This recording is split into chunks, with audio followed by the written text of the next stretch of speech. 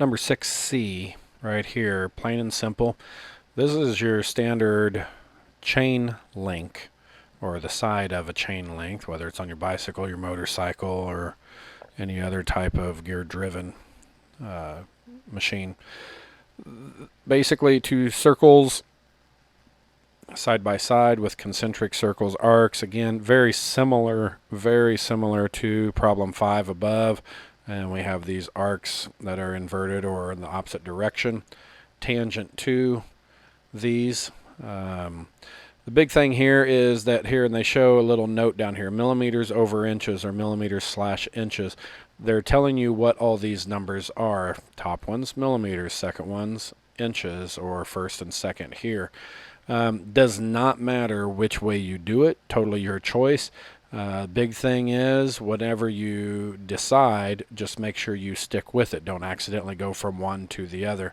Should be pretty obvious that if you accidentally did do that one to the other, it'd be pretty noticeable that it's not at all looking like the way you intended. So, okay, to start it off, I will draw the horizontal line. I'm going to use the inch U.S. customary decimal inch dimensions, the ones on the bottom.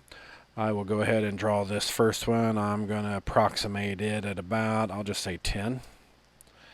And then I'll do the vertical line of approximately, let's see, I'll go a total of 5.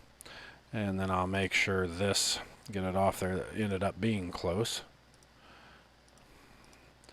Make sure it's there centered on this horizontal line. Now, before doing the circles, I'll go ahead and change the color to red. Escape, I'm still, and double check, I am still in the bilayer, so wipe. For the circle here, diameter for the inside, or the smaller one, 1.5. And again, radius this time of 2.125. And then I'll copy this over, including that vertical line, a distance of 5. Okay.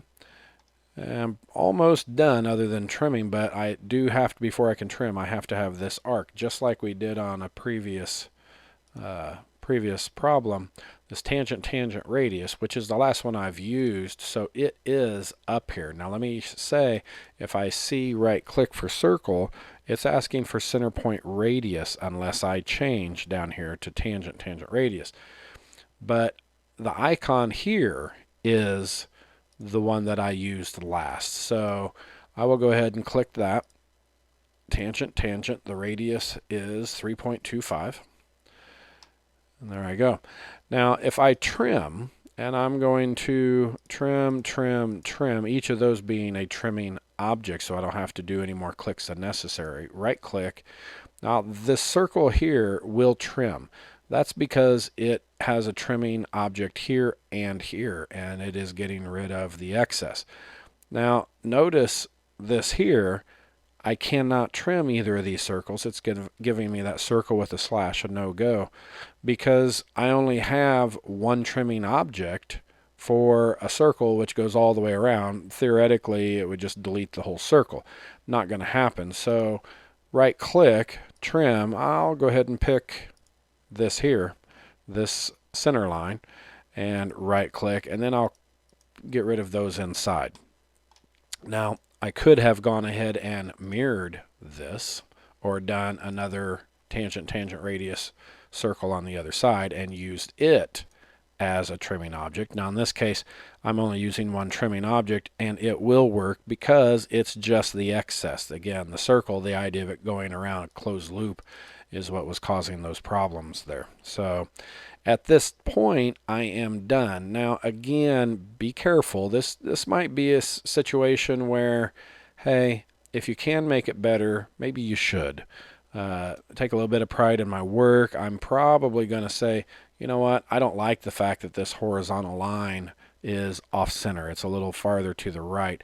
I'll go ahead. No, this is a midpoint to this arc. You saw when I hovered over this arc, the center point. There's the difference between midpoint and center for arcs and circles.